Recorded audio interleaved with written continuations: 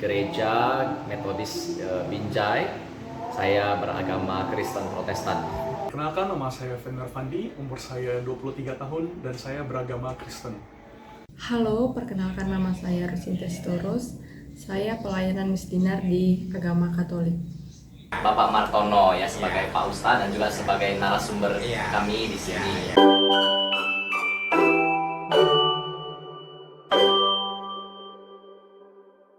Bagi saya mungkin saya memberikan skor 5 untuk kondisi kerukunan antar umat beragama di Indonesia. Kenapa saya bisa berkata seperti itu? Mungkin saya mulai dengan kasus Ahok yang sempat viral beberapa tahun yang lalu, dan saya merasa isu kerukunan antar umat beragama mulai lebih menonjol pada saat peristiwa Ahok dan seterusnya sampai hari ini. Tidak hanya berhenti sampai di situ, setelahnya kita juga masih melihat ya ketegangan antara umat Kristen dengan umat Islam misalnya, di dalam terjadi peristiwa pembakaran gereja ya, atau pembakaran masjid, atau ibadah di gereja yang dilarang ya, atau bahkan menerima bantuan dari umat Kristen sempat juga dilarang begitu ya di satu daerah. Cukup rukun, namun di beberapa kondisi, di beberapa wilayah masih terjadi adanya konflik di antara umat beragama.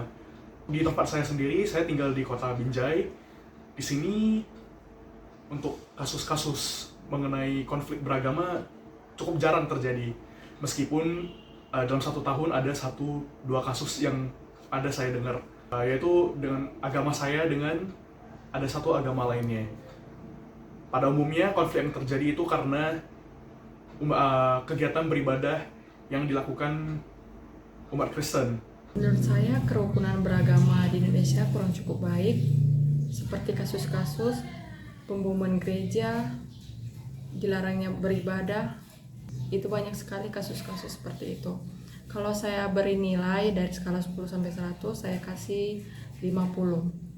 Sebagai umat Katolik, saya cukup nyaman apalagi berada di lingkungan saya karena kami saling menghargai satu sama lain.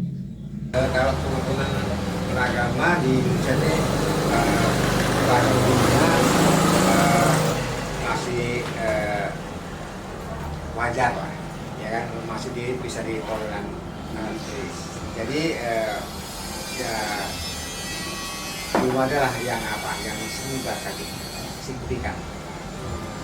Islam itu adalah rahmat alamin, rahmat bagi seluruh alam, rahmat bagi Kristen, rahmat bagi Katolik, rahmat bagi Buddha, bagi semua.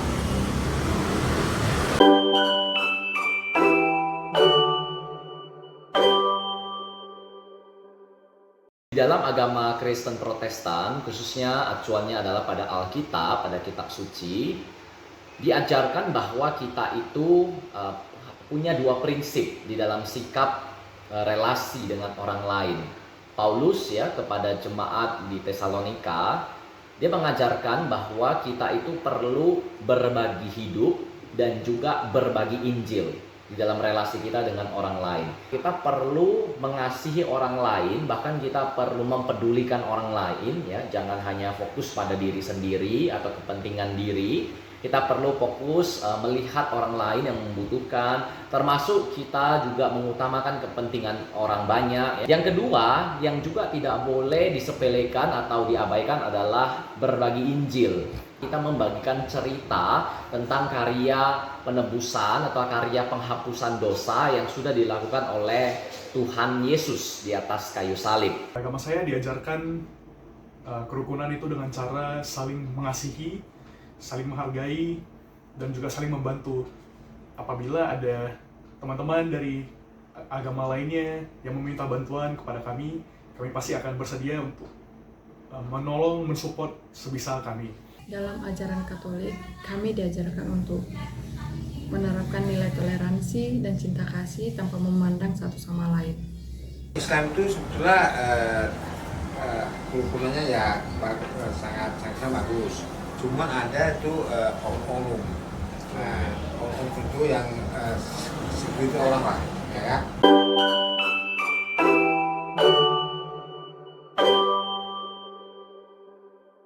Paling jelas adalah kita perlu mempedulikan keadaan umat beragama yang lain. Misalnya beberapa waktu yang lalu di Binjai ini terjadi penutupan ibadah ya di satu gereja. Nah, di situ peran kita sebagai orang Kristen seharusnya itu peduli ya, ikut mendukung di dalam peristiwa itu. Mungkin kita tidak mendukung langsung, mungkin kita bisa memakai sosial media kita untuk ikut menyuarakan yang benar yang seperti apa. Dan kemudian juga kita bisa melakukan kepedulian berupa bantuan sosial. Semua itu harus didasarkan oleh pribadi masing-masing, yaitu dengan adanya sikap toleransi umat beragama, di mana ketika di lingkungan yang heterogen, yang beragam-beragam agama, pasti harus adanya toleransi antara satu agama dengan agama yang lainnya. Mungkin dapat dilakukan dengan adanya bakti sosial di lingkungan tersebut. Menurut saya, kita harus saling menghargai dan tidak memaksakan kehendak, juga saling belajar untuk memahami satu sama lain. Kita hidup berdampingan di banyak agama. Dengan generasi muda, bangunlah terus bersamaan. Nah, jangan jadikan perbedaan itu menjadi pertentangan.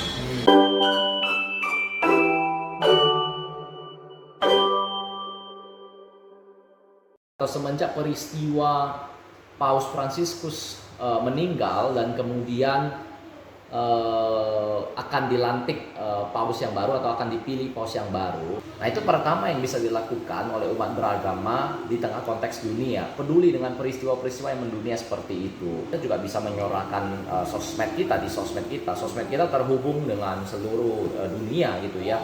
Menurut saya sendiri, untuk menjaga kerukunan antar agama pastinya dibutuhkan sesosok peran untuk menengahi masing-masing agama.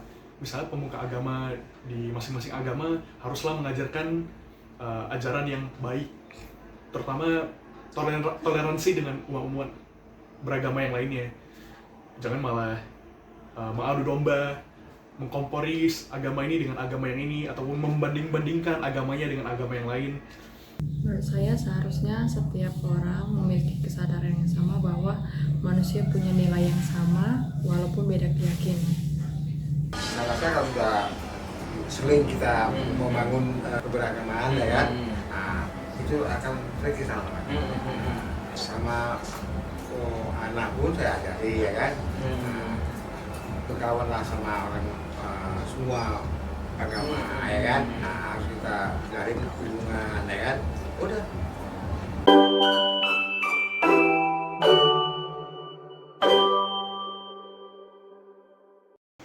Peran pemerintah tentunya yang harus sebenarnya menjamin kebebasan orang untuk beragama, kebebasan orang untuk beribadah.